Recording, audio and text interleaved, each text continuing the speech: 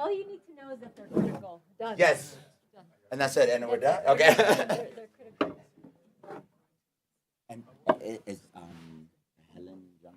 Helen is on the way. Yes. Okay. She's at the... Yeah, we have 30 minutes. When PBS comes, we'll jump.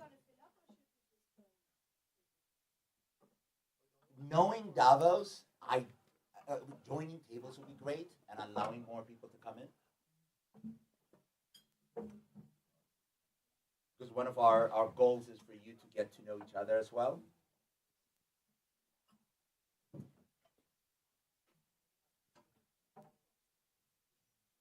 But to try to be in a way so that it's easy to see, kind of without having to, yeah. So we could abandon the ones that are blocking us. Okay.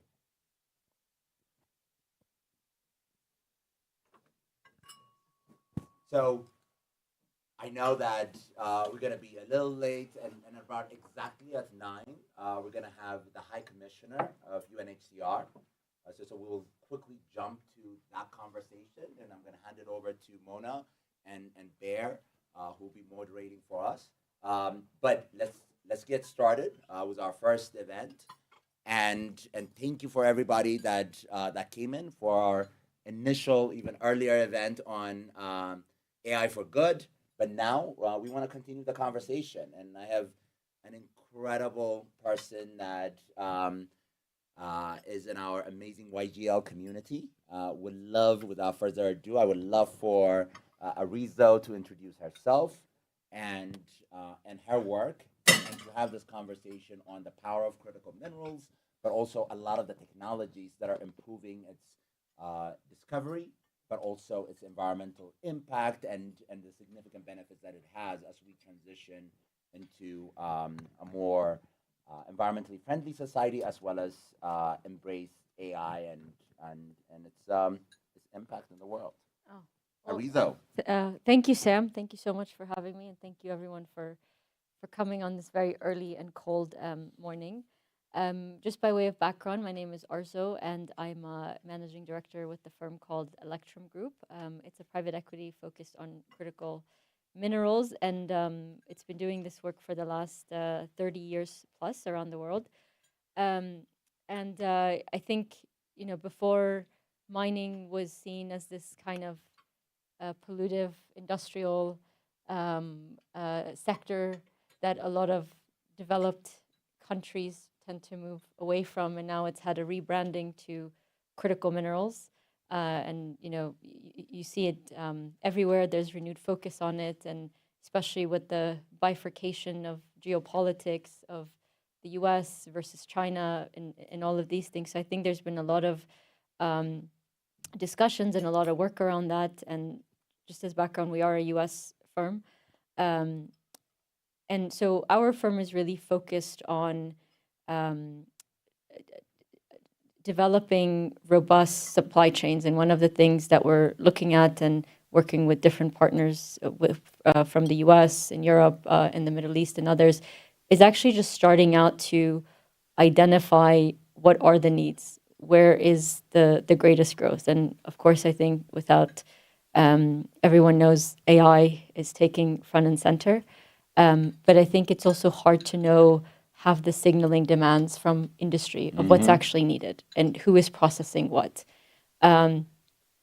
So one of the areas that we're focused on is, for example, is copper. Currently, there's about between 28 to 30 million million tons produced annually. That's expected to grow to about 42 million plus by 2040. But we're also expected to have a shortfall of about 10 million tons. 10 million tons.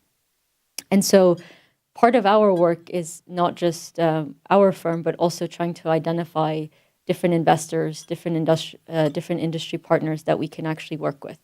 Because with mining, it's not that you sign an executive order and you say critical minerals is critical and you start producing. It's a 10 to 20 year endeavor, and it's very, very risky as well, right? So I think for many of you that are in venture capital and private equity and other things, when you look at the risk profile of those investments, if you get 1 out of 10 right in venture, you get 7 out of 10 right in private equity, you've done pretty well.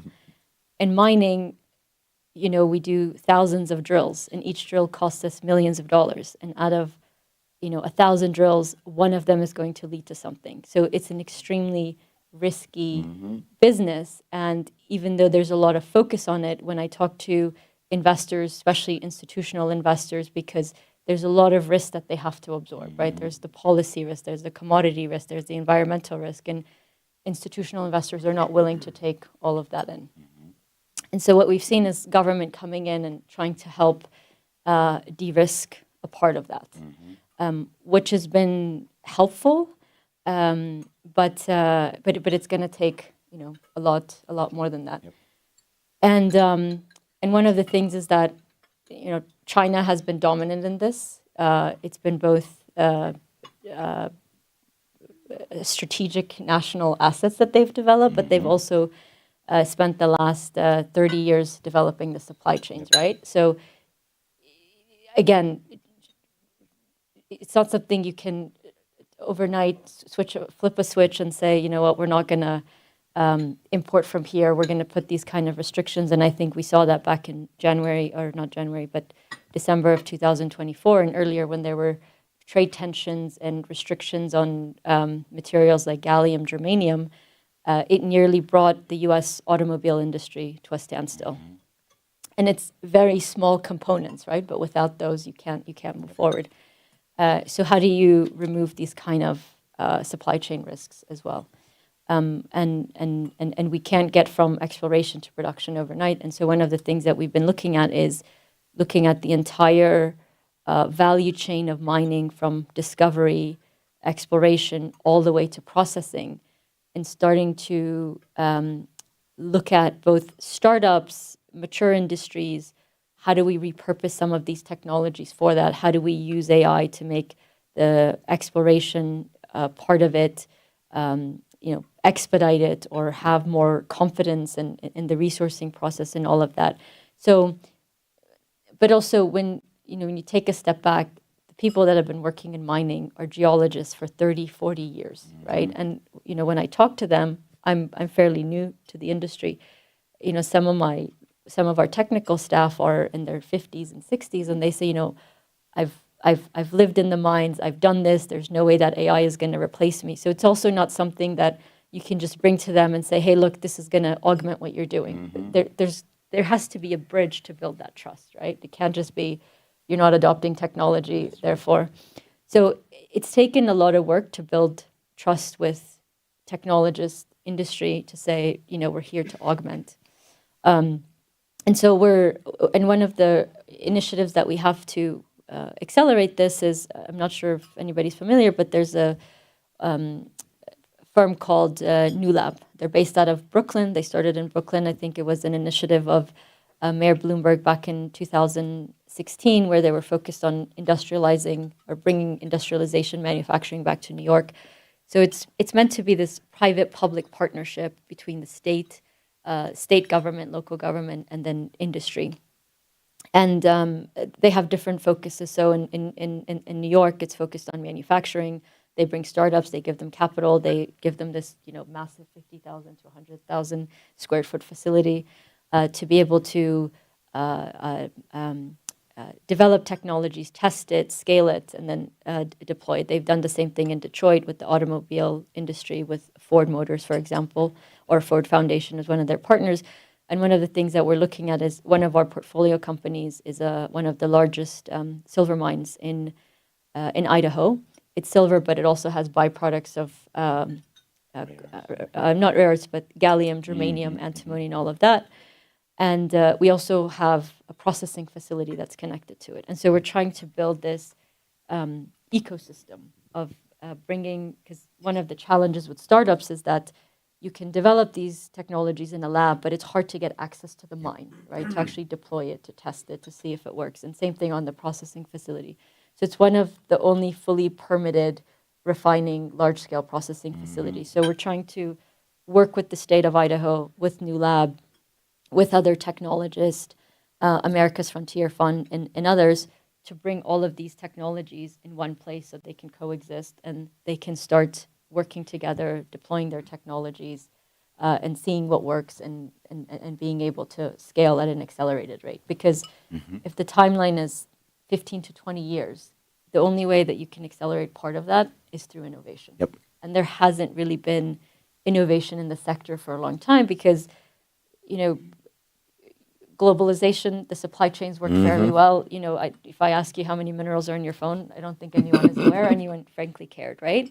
But now that some of these things that go into our phones, into our cars are being disrupted, now we all care. And when you form, whether it's domestic or regional supply chain, there's a natural disruption. There's a natural pause to get that right. So we're hoping that in the US, for example, to go from discovery to production is about 29 years.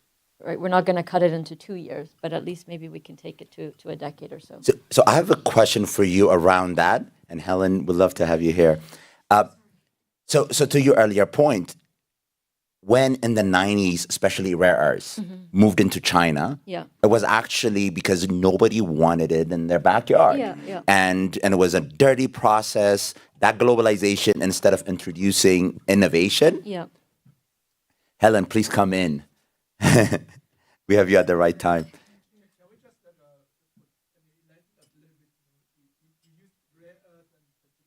Yes, yeah. Let me do that. So rare earths are actually kind of a bit of a misnomer. They're not rare. They're actually quite abundant, but they're found in very, very trace amounts when you're processing them. So the process to get them out had been quite dirty. So there has never been a significant amount of investment and innovation, specifically to improve that. Instead, it was sending to China. China took care of it, but now it has become a big problem because it's 90% of the world's rare earths is controlled by China, and that has led to a lot of the innovation that Ariza was talking about. And I would love for you to share with us, and I would love to get kind of Helen involved, practical examples of some of the innovations that are actually leading to improvement in discovery process, improvement in environmental quality, things that we have somehow hidden by sending it to China and out of sight, out of mind type of problem, but things that we're actually facing right now and addressing. And Helen, I'll do this. Thank you. I mean, I'll just say one thing. I think a lot of these technologies, they're in the very early stage, right? Because, for example, industrial policy in the US has changed. You have something at the Department of Defense called Office of Strategic Capital. It's essentially a fund to invest in technologies that are adjacent to national security. It started off as a $2 billion fund, and now it's ballooned to a $200 billion fund. I'm going to go get that. Okay, sure. So, and naturally, when there's capital, innovation tends to follow. So a lot of these technologies are in the early stages, but what they need is actually access to the mines, to the processing facilities to be able to now deploy it and develop it. So, and of course, Helen, sitting where you are at the frontier of technology, I'm sure you can say much more of that with.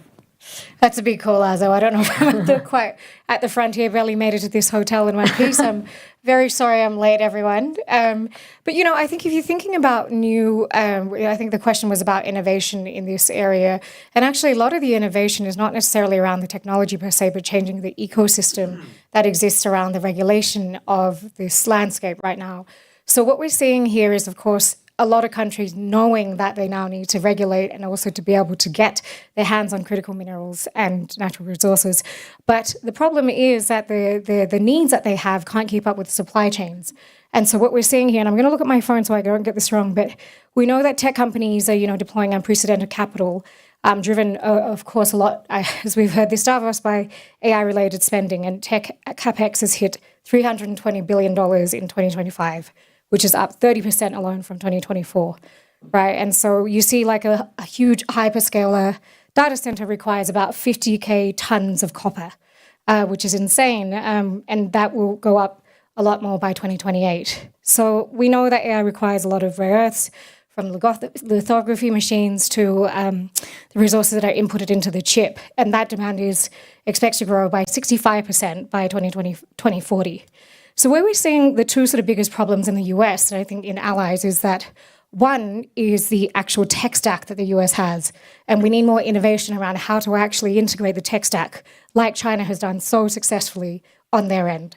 So you see the US trying to work with allies like Australia, because I'm Australian, but that is still has a long way to go. And I think just very quickly on the second point, they really also need to ensure that the permitting timelines are a lot tighter. So in the US now, the permitting timeline to get a mine up and running, you know this better than me, is about 10 to 16 years, which is insane, right? Even in Australia, and I think we're a very slow country, we move at the speed of 2 to 3 years. And so that sort of regulatory environment also needs to change to enable for more technologies and more innovations in critical minerals and rare earth space. Yeah. And our moderator has just appeared, so we can just have a happy to open up to questions. Yeah, maybe we open it up to questions, yeah. Reza, a quick question for you on the alignment with the Mines Magnet initiative, and to what extent either the firms you're looking at or the projects you're involved in, which countries would be most prominent alongside the U.S., or is it U.S. only? No, I don't think it's something that we can do alone. For example, if you look at copper production, it's about annually, let's say like close to 30 million tons per year. The U.S. only produces about 1 million, 1.5 million if you consider recycling.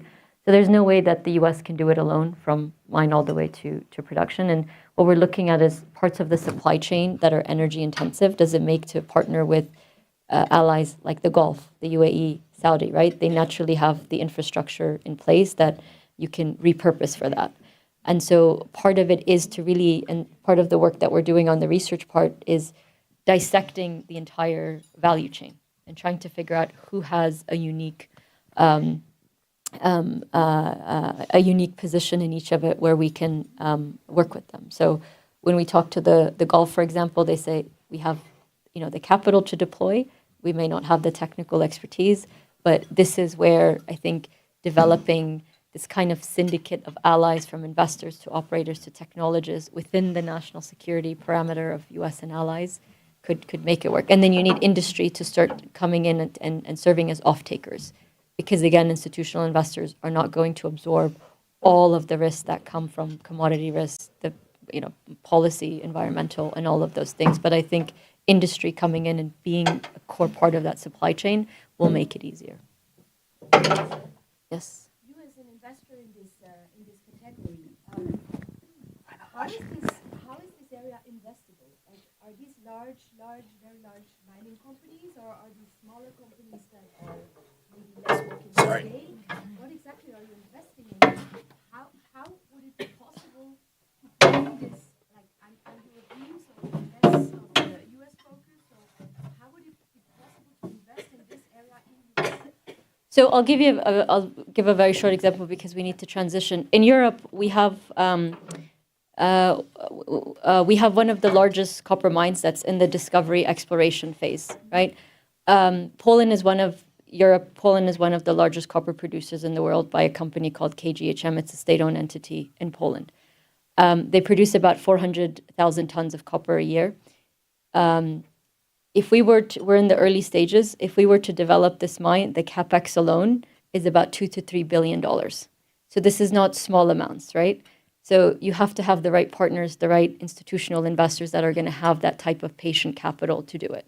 These are not funds that you invest in for 5 to 7 years and then you're looking for a quick return, right? So it does require, and which is why it's very hard to do, because you need to be able to de-risk some of that.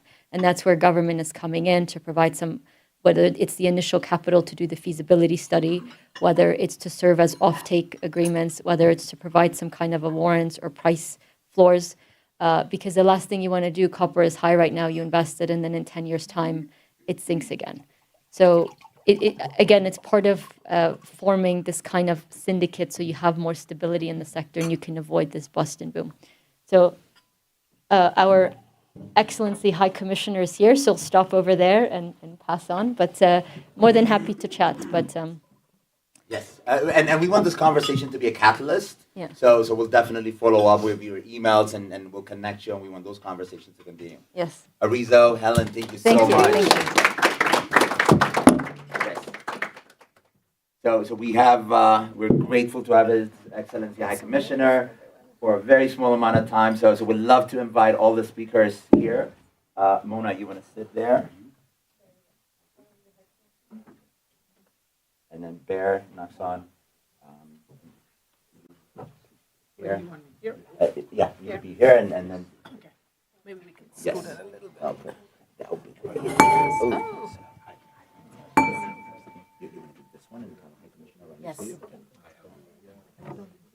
What do you want me I would love to have you here. I'm going to Your be there. Excellency. Yes. Okay, thank you. How's my Naksan? And Zach. Zach. Sorry? Hello, hi, Nashon. Nice to meet you finally.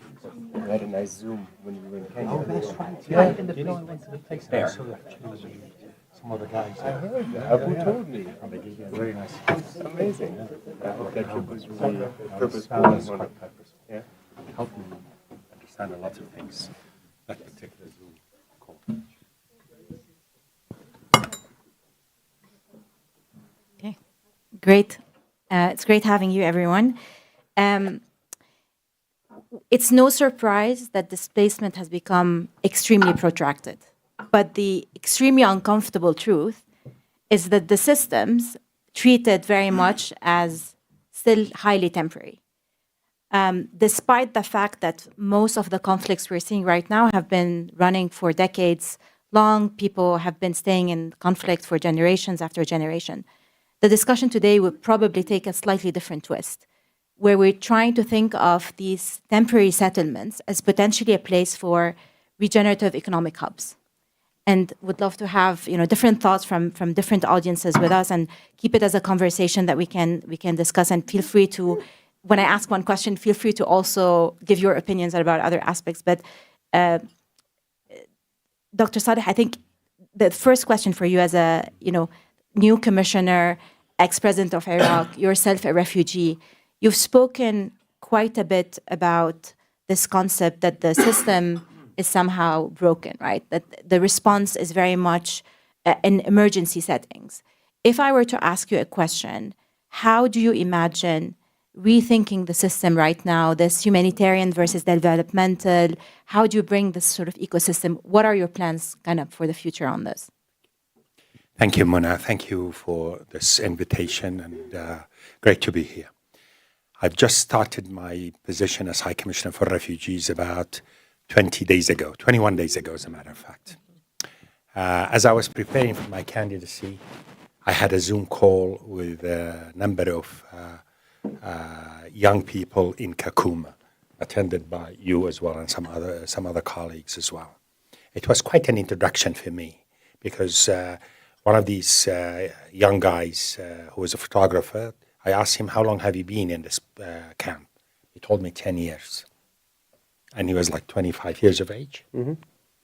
And also looking at the statistics, 2/3 of refugee population in today's world are essentially condemned to protracted displacement, 5 years and on. I was in Chad last week. I met refugees who have arrived there in 2003. And I also met people who literally arrived the day before. This to me, and it's not just to me, to be fair, many other people are looking at this and have been saying this is a real problem. In my view, it is a structural flaw to the system. It's at a minimum an unintended consequence to goodwill in terms of committing humanitarian resources and aid to helping people in dire need, but essentially forgetting about the implications in terms of keeping this dynamics. Something else in the context of today's world that we're talking about, the shrinking humanitarian space, this is unsustainable. We literally cannot go on going to countries and saying, please contribute to this mission in order for us to provide emergency assistance. I will add to it something else as well, fundamental. I believe keeping some a person dependent on humanitarian aid and in displacement for long term is a fundamental violation of human rights to dignity. Amen. So I'm not saying I'm rethinking. I think there is a lot of good people who are rethinking this thing, and there is this humanitarian reset. For sure, I was in Kakuma and also in Abishe and Adre, which is just a new refugee settlement evolving, developing very fast across the border from Sudan. And these basically communities have become very, very large, essentially urban centers. In the case of Kakuma, is no longer considered a camp. The Kenyan government is integrating Kakuma into the larger community and is considering it a municipality.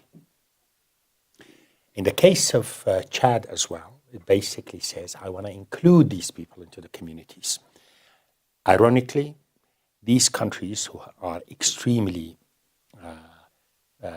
burdened by their own economic and development needs and social issues and so on, they are displaying the most generous hospitality and accommodation and inclusive policies.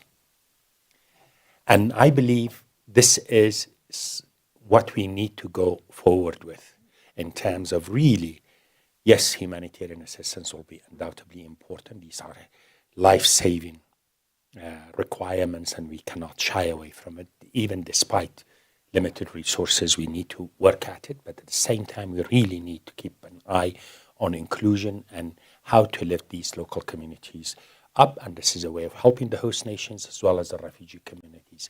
And I do see a lot of room in that. I just come from a meeting in which this aid development context is being discussed. Of course, UNDP will be an important partner in this. The World Bank will be absolutely important, the regional development banks, international financial institutions. And I will say also something add to it.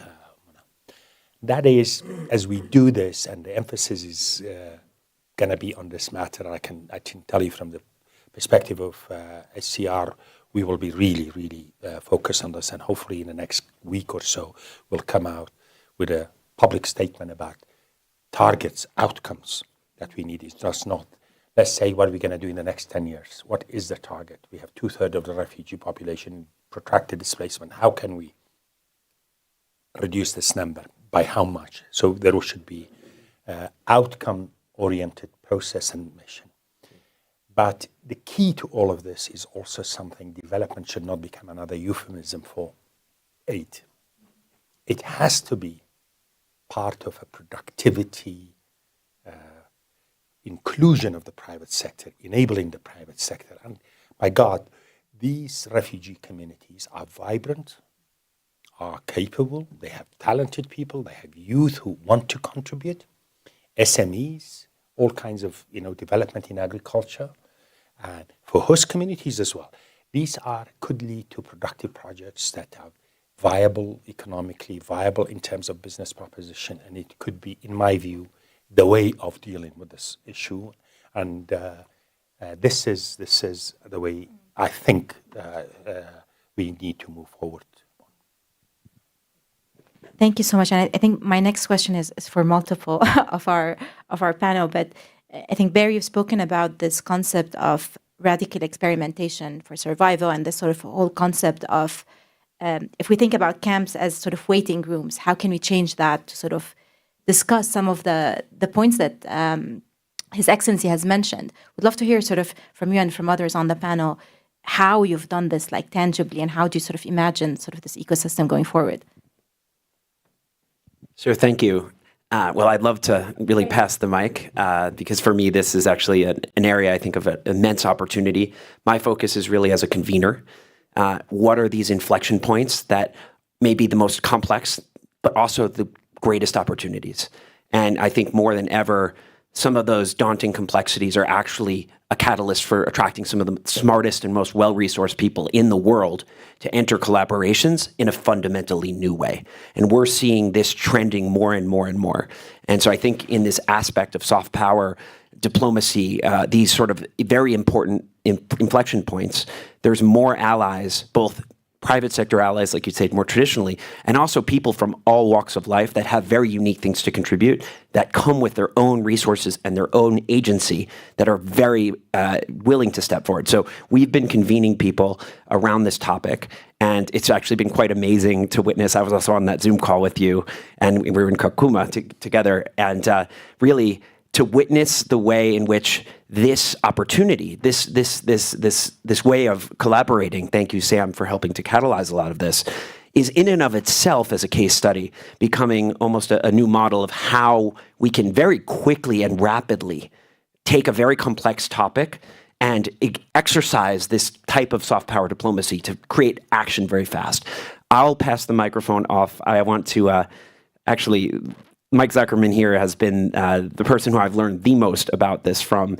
And the one thing I'll just say that's pretty amazing is that when I first heard about this whole issue from him probably 10 years ago, the context of UNHCR's involvement was almost the most Orwellian way of thinking in terms of the impossibleness to even collaborate, right? And the need to completely fundamentally disrupt in order to make progress. So to be sitting here in this moment and witness that we're actually completely in collaboration, and that interface of how we collaborate in and of itself is in collaboration. To me, this is incredibly bullish for the real fundamental impact that we can make here and in other very complex international issues.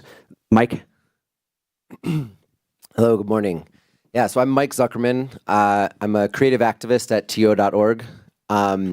And we've been researching mass migration for many years. We've been to the largest refugee camp in the world in Bangladesh. Been working in the oldest refugee camp in the world in Uganda, Kutupalong in Bangladesh, Nakivale in Uganda. And we've really been kind of, like Bear was saying, outside of the system a bit in order to work with private capital, to be able to prototype things, to work directly with refugees. And we've been looking at how can we make these camps more into places where people can thrive, and that's making them into cities. And what are cities, what's the difference between a city and a camp? There's many. And one of the things we've been doing is creating spaces, just like we're having convening here, and you were talking about the power of that. We've been creating sports facilities, but also amphitheaters, recording studios, a creative arts center. I believe you just visited the Kakuma space that's going to be a whole sports complex. And so looking at creating cultural infrastructure that people can collaborate in, because we believe just like Davos is an important convening, the refugees themselves need that. And that's kind of what they've been denied, unfortunately, is the agency to take the authority and the ability to collaborate amongst each other. So that's where we're really interested in this new approach with the private sector being involved. We think it can work with innovation, investment, alongside of humanitarian services. And really, the vision is to look at people not being in camps, whether that be integration into the local community or the host country, or if there's mass displacement at a time, how we can get really good at setting up and rapidly building future cities. And so that's really been the focus. But one of the main things I just want to say is that it's UNHCR or us or NGOs or anyone, we're limited by what the host country's policies are. The reason why we've chosen to focus on, Uganda versus Bangladesh, for example, is they have two policies. They have one that is the freedom of movement, and the second is the right to work. And without being able to work, it doesn't work. You become dependent on aid. And so that's really where what we're looking to do and what we are actively doing. We're working with Bjarke Engel and his firm Big on creating master plans for refugee cities. And we would come to a country and say, hey, we have investment, we have design. We're going to if you see displaced people and refugees as an economic additive to your country, and you're willing to have policies where people can work and people can move freely, then we will bring this investment, we'll bring this innovation, we'll bring this bridge to the rest of the world. I'd just like to jump in here because the first trip that we did to Nacha Valley with Mike about 8 years ago, when I had heard about refugee camps, I had never been, or in this case, a settlement, I had some preconceived notions, primarily from the press, right? And we came as humans. We didn't come as humanitarians. We didn't come under any banner. We just came as curious humans. Actually, we infiltrated the camp. Actually, I'll tell you the truth, Like, we broke a few rules, but they were worth breaking. I promise I won't do it under your leadership. But basically, we were told, oh no, you can't come, you can't stay after dark because it's dangerous, right? You have to be within a certain group. There's certain places you can't see. I grew up in West Africa, and I'm not scared of places that have been portrayed as potentially dangerous. So we said, you know what, let's just sleep there. Let's find a community, let's build relationships, and let's break bread, let's dance, let's sing, let's be human, right? That's what we do when we build relationships with a potential spouse. That's what we do when we, break bread with friends. Why look at it any differently, right? We're coming to learn, we're curious, we want to learn what you have, what are the gaps in your ecosystem, and how can we provide the resources to fill those. And as a father, it's really simple, because I realized that my kids are thriving, and we thrived because we had places to play, we had places to think, we had places to rejuvenate, and we had places to create. We had this type of infrastructure. When you go to these settlements, you have these little places, but they're very rare. And so essentially, without the agora, without a place where people can come together, exchange ideas, dance, sing, etc., then it'll never be a thriving community. So we came in and we started building infrastructure for those things. And I'm really proud to say that one of our latest buildings just won a Dezeen Cultural Building Award last year. And so we actually built the most beautiful building in the history of refugee camps. And people thought we were crazy. Why do something so beautiful? Why spend 20, 30% more than you could to build something beautiful? Because everyone deserves to have beautiful infrastructure, beautiful elements in their life. And that's inspiring. And now it's brought a lot of light to this camp. And I think it's something that really, really touched us. So I think the lesson that I've learned is, there's no difference between operating in a refugee camp or operating in Silicon Valley. It's about forging relationships, right? It's community. So first of all, deep admiration for all of the work that all of you do. It's really very, very inspiring. My name is Inderpreet, and I'm with Infosys.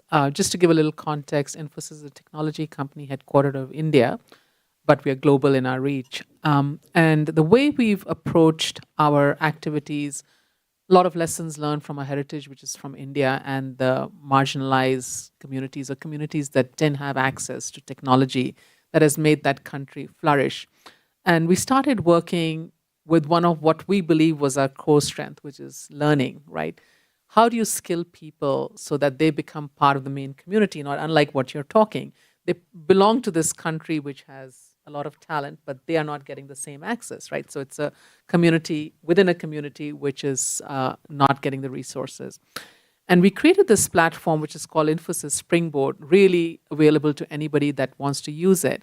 And the idea there is that you take that platform and offer advanced courses that allow people to either skill themselves, reskill themselves, upskill themselves so that they become ready for the jobs of tomorrow. And the next step in that is, okay, you've skilled these people, now what? You've created aspirations, but are they going to get employment so that they can then get out of the circle of, not finding economic freedom? And so we took a goal saying that in the next 5 years, we'll create 500,000 jobs for these communities so that they get access to it. And then something very wonderful happened about 3 years ago. We found a partner in Street Child, whose mission is to keep every child in school and learning. And we partnered with them in Ukraine, because one of the impacts of this geopolitical activity is all of the kids who've got left out because schools are destroyed, they're damaged, teachers are not available, they don't have the resources. And what we've done there is we've created 8 digital learning centers, which create both a physical space for these children who are out of school to come in. So that's one, so they get that community.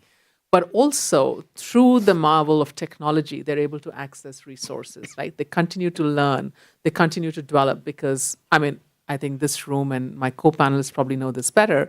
You keep children out of school and, you can't regain those lost years because they're not in that learning phase anymore. And our goal is to reach about 7,500 children over, our commitment with Street Child. And that's the experiment that we've done. And we feel that because learning in the space that we are in is very important, technology is changing, we need to teach our employees, they need to stay up. Why don't we take that to the communities that we work in, right? And so that's a project that we're very, very proud of, and we hope that, we can expand this beyond. Another example that I'll give, which is not exactly refugees, but we work a lot in Australia. And the indigenous communities there are also marginalized, right? They don't get access to the resources. So we bring in high school students in collaboration with a university and allow them to see what does it look like if you step out of your community into this university. People who've never been to a city, they've never experienced an urban center, and they see some of their other people from their tribes who've gone on and had successful careers in STEM, and then they see what's possible, right? So that's how we come at it. Let's bring the gift of education, learning, skilling, and really equip people who are living in these communities with access, with the combination of technology to just uplift their lives. So, Thank you so much for all the examples. I mean, I think we've seen how you're making this, addressing education issues as skilling, cultural issues, making this place sort of home. Your Excellency, you've spoken a lot about, and this is a question for you, but for everybody else. You've spoken about the importance of private sector, and we've seen examples from the private sector coming through. You've also spoken about having this CEO Council of Private Sector Advisors that you bring on board. Would love to hear ambition on how you'd like to address this, but I think I have a question for also all of the private sector players. What would it take for you to scale some of those interventions, and to what extent you spoke about the loveliest sort of building. Is this investable? Is this scalable? And so I would love to hear more of these types of questions as we go by. Well, in our plan of action for UNHCR in particular on the private sector, we definitely want to convene what we will call a global CEO council, an advisory council. This will be our way, in my view, not just to attract investment and contributions to these communities along the lines of that we've discussed, but also to have them be involved in the larger advocacy for the mission of protection. And by the way, it's very important, the convention, Refugee Convention, talks about the responsibilities that we're entrusted with: provide international protection, emergency life-saving assistance, but also durable solutions. So the notion of durable solutions is as crucial as any of the other responsibilities that we have. And private sector undoubtedly can be very helpful and be engaged partnership, not just ad hoc, a genuine partnership in that context. And it will also involve, the way we look at it, in-kind contributions, whether it is technology, whether it is capacity building, whether it is training, internships, and also, from my perspective, vital to include the private sector, the council, their advice in our management of the organization as well. Because UN agencies, aid agencies, international agencies have been operating within a given political economy, if I may say. That is changing, and basically the notion of institutions to be sustained by this model of financing, I believe, is no longer tenable. So the involvement of the private sector and this, our profit margin is defined by the service we render to the people we intend to serve. So how can we really reorient the way we, instead of being process-driven, input-driven, as you mentioned, how can we measure impacts? And these are the things that the private sector can really also help us with that. But let me go back to the conversation that I was hearing. We can all talk vision and wonderful concepts, but a year, 2 years from now, nothing tangible on the ground. How can we translate into meaningful, operational, specific projects, say Kakuma, say Abisha, or whatever. Cox's Bazar, although that is, of course, in the context of the Bangladeshi situation, is difficult. Uganda is a far promising case. In Kenya now, the Sharika plan offers a great, it's a forward-looking inclusion system. I had the occasion of meeting with the president who actually directed the operationalization of the plan and to move forward with that. But for these to happen, actually, we need to provide the catalyst as well. So I really look forward to continuing this conversation in a more sort of task-specific oriented, project-oriented, because I think the way this should work, instead of just waiting for the strategy paper, also showcase projects, initiatives that can demonstrate the impact. That will impress upon, of course, the host nations. I believe it will impress upon the donor community, and it will make our case far more agreeable. I'll just say something really fast to this and pass it. For me, this is actually the most exciting thing about this space and this moment. The incredible challenges also provide, to me, something that is not only an incredible opportunity, but actually, when we look at the fundamental things that need to be solved for, these are not refugee-specific issues. This is actually the future of how our society, our nation states, our civilization, our cities are designed. And so when we see some of the most brilliant people in the world who are pioneering at the vanguard of these new approaches, the opportunity to deploy pilots inside of a refugee context is actually the highest leverage place to start.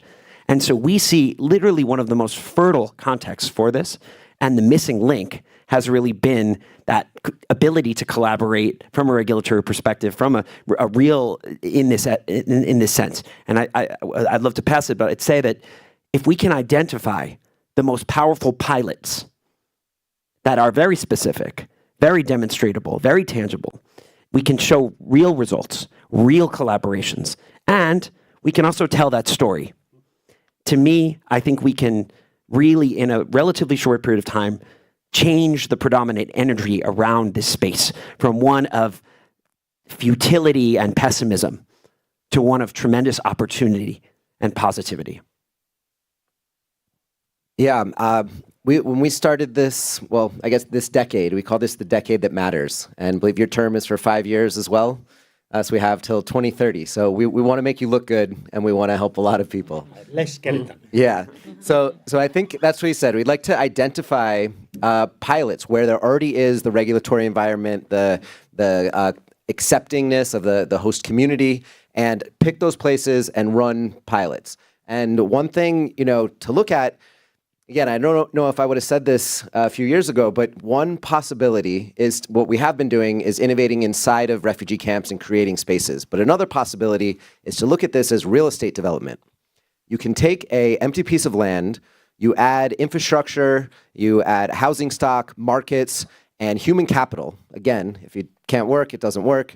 And with that combined, you're able to add value and create more value on the land. And the other thing that Bear alluded to is that there's kind of been a firewall around refugee camps to access them, to access people. Some of it was, oh, they're dangerous, or there's other things. There are reasons for protection that we don't just want it to be, open, vulnerable populations we need to look out for. But that firewall has prevented innovation. It's prevented access and bridges between communities. And I think that's what's really exciting about this opportunity is to position this to some of the, the vanguards and the innovative thinkers that have not felt they had access to, and to present this grand challenge that we're facing as a society that must be dealt with. It's simply not something that will just go away. So I think that's what is really exciting. And again, let's not wait years. Let's go. On the question of scaling, I don't know if we can scale this. I really don't. This is a moonshot. This is a moonshot on the level of SpaceX kind of moonshots, honestly. I really think it's a really, really tough challenge.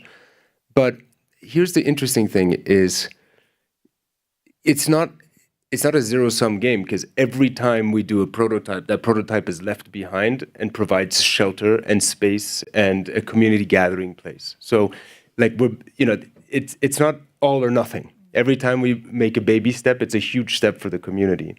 But there's something that there was an example once that I found really pretty shocking, and this is something that I think you might like to hear, which I haven't shared with you. When I spoke once to a large organization working in a refugee camp, I said, "Where do you get a hammer?" They're like, "Oh, when we need a hammer, we send somebody with a driver to the local hardware store. We buy a hammer, we get a receipt, blah, blah, blah, blah, blah, blah." And I said, "But can't you just get a hammer like just over there, and it's your cousin selling the hammer, and you just keep the money in the system instead of giving it to, Muzungu, who operates a big hardware store?" Say, "Yeah, but we need a receipt, and we need to share that receipt, and so this hammer is costing $70 instead of costing $7, and we can do this because we're small enough to be able to kind of maneuver, and our donors, they don't expect us to write 200-page reports proving where the money went. They trust us because we tell our donors, if you're not happy with what we do, we'll send your money back. Right? I'll personally reimburse your donation, personally, if you're not happy with what we do. But one thing for sure is I don't want your CFO or your accountant breathing down our necks every 2 seconds to look for receipts for hammers." And so I think as long as there's this kind of like bureaucratic administration around it, we're never going to have money flowing back into the system where it should be, informally.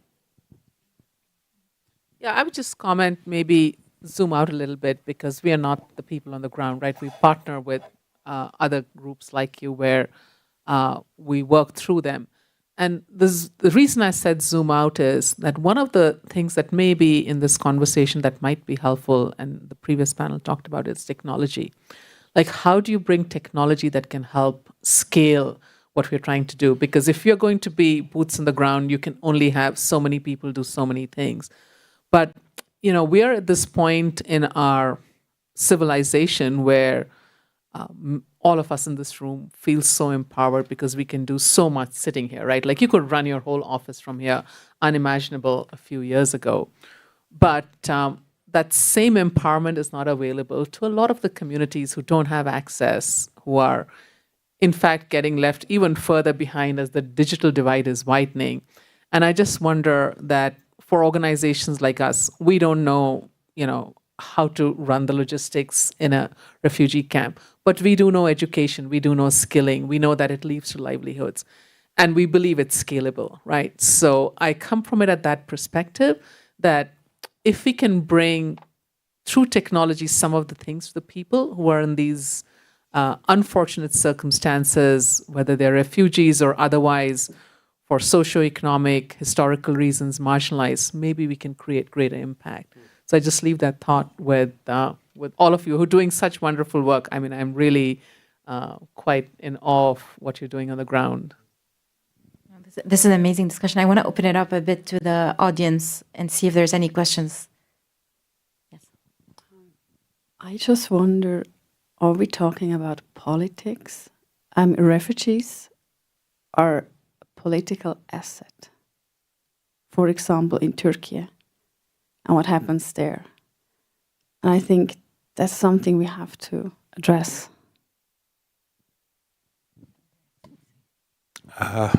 No doubt politics is part, fundamentally as well.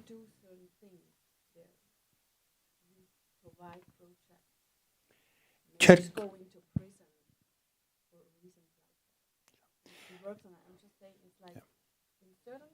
Parts of the world, it's fantastic. You can do these things.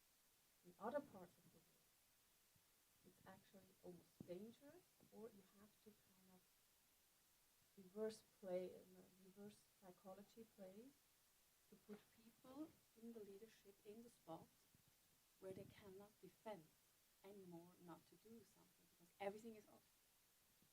And they look so bad in front of their own people. We have to create that pressure. And if we talk Turkey, part of the problem why Trump can do what he does is Turkey. Erdogan is in cahoots with Russia, with Syria, like with the refugees. He has us in Europe in his hands, so nobody can do anything when he arrests his opponent. Can I just suggest all something? together. Maybe we keep it a bit practical to Yeah. what can be addressed, right? Absolutely. No, but think, this is what I say. I think these persons are absolutely fantastic, but try to put something like that, put together an offer, and go to Turkey and try to solve that problem there. Because this, if you manage to do that, you achieve so much more. It is fantastic what you achieve, can I suggest, but bring these phenomenal examples you have as a blueprint, walk to Turkey and say, look, this is what we do. And you can get this man in the corner and achieve so much more for the regions like Yeah. Well, and have a lot of connections there. I Yeah. hopefully help, but in the background. Well, Kenya invented mobile payments, right? Now the world uses mobile payments. Maybe, Kenya and Uganda can invent this new system and then everybody else will apply it. A lot of things start on the African continent. Yeah, I mean, it's inherently political. Turkey hosts the most refugees in the world. I've personally traced the Syrian migrant route from, well, yeah, well, because Syria was a huge part of that, and I've personally traced the Syrian migrant route from Gaziantep all the way to Izmir into Lesbos and into Europe. And yeah, I saw places that were, they weren't camps. They're basically living on farmland and having to work on that to pay for even living there. So it's a very challenging thing. And that's exactly what we're saying is to get started now. In some ways, yeah, Bangladesh, Kutu Palang, there's a huge need, but it's very difficult to work with the government there. So we're trying to go to places where it makes the most sense. And that's this term, just like, Knox was referring to the payments, we've been working with this concept called leapfrog urbanism. Just like leapfrog technology, work with cell phone towers in Africa, I think that, as we alluded to as well, there's these incumbent systems of, that's much more difficult to change in, Paris or London or Shanghai versus starting with a greenfield site. And to be able to create new models where people can come together and hopefully an incentive, an economic incentive is enough, but it's also a political issue, it's an emotional issue, xenophobia, demagoguery, all of these things are issues to face, but we're really trying to create examples of where people can thrive and where that makes economic sense, and hopefully that will help tie into some of the political beliefs, the emotional beliefs, and get as many people to thrive as possible. Yeah. No, for sure. But when we were in Bangladesh, in Kutu Palang, we were advised, we went deep into this camp. There's no more UNHCR blue, beautiful paint. We went deep there. We were advised to leave quickly because it's a shopping market, a supermarket for extremists. So extremist cells go there, they steal young girls, sell the girls around the world, they steal young boys, they convert them into fundamental, jihadists. And so we were basically playing with their stock, right? And so this is the only time in my life where I felt really unsafe, actually. And I never went back to Bangladesh because as a humanitarian, as someone donating my time, I'm not going to put, my life at risk. So yeah, there are some really sketchy places, and we prefer not to operate there for the prototype. I know we're running out. I just want to make sure our friend from Gaza, you have something to share. Yeah. I'm sorry that I wish that someone can talk about what's happening in Gaza. Just last month from Gaza, I was evacuated. It's not easy to come to anywhere because for 2 years we were stuck in Gaza. We are besieged, no airports, no seaports, and even just displacing from one place to another, targeting the people, the civilians, and more than I think 100,000 of Palestinians have been killed. And even, can you imagine what's the real meaning of displacement in just a narrow place? I mean, it's 365 kilometers square, which is like a rectangle, which locates in the Mediterranean Sea. And I'm sorry that the Israelis are pushing them to that place, and now they are just shivering and tense. Babies are being died, and no one is. I'm sorry. And even Your Excellency, I'm just thinking, even the UN, UNRWA, I mean, they are beaten by Israelis, and even they do not have their own job. They can't do anything even for us. And I'm very lucky that the YGL and many of my friends helped me to get a contract and to be evacuated from Gaza. While, as I told you, I should go through Israeli checkpoints. That doesn't happen, even just for a few people. I mean, we're stuck. Open the crossings, open the borders for those people to leave Gaza or to do something. I'm sorry to say that. I know that you're talking about you need to help, and you are doing many things. We are very grateful for what you're doing for the whole humanity, because I do believe that many nations, many cultures, but just one humanity. And we are all humans. And just let me tell you a story happened with me just last week. I saw one of my colleagues in the IMF, and suddenly I discovered we were born in the same date and the same day, 15th of August, 1980. I said, oh my gosh, it's a miracle. But what if you were born in Gaza and I was born in France, for example? Do you think that will you be the same one you are here? And will I be the same one? What I mean, that we really need to concentrate on the whole global issues. And I know that you are doing many, but we need more. We need more concentration for refugees. They need tents because the buildings were destroyed. They need humanitarian aid. And thank you all, really, thank you. Thank you so much. And we understand how complex the humanitarian ecosystem is. I think, and thank you so much for all the panel for showcasing that there's possibilities to change the narrative. Of course, the complexity remains, but the fact that we have some hope to scale this up is an amazing way forward. And I thank everybody on the way. I did want to mention one thing. My dad is a refugee. I understand the complexity of it, but we can change many lives. And he's a Palestinian refugee, so I can completely understand the scale of this. Thank you, everyone, for this. And thank you so much, Commissioner, for all the things you're doing, and hopefully wishing you best of luck going forward. Yes. Thank you.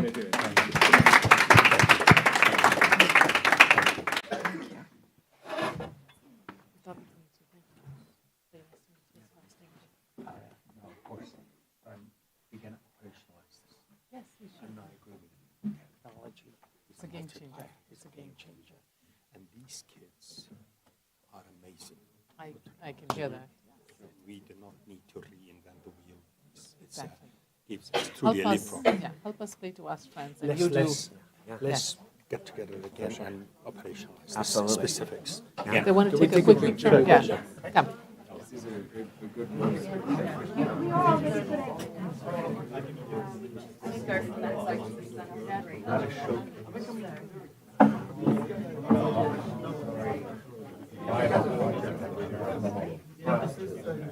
Can you do vertical?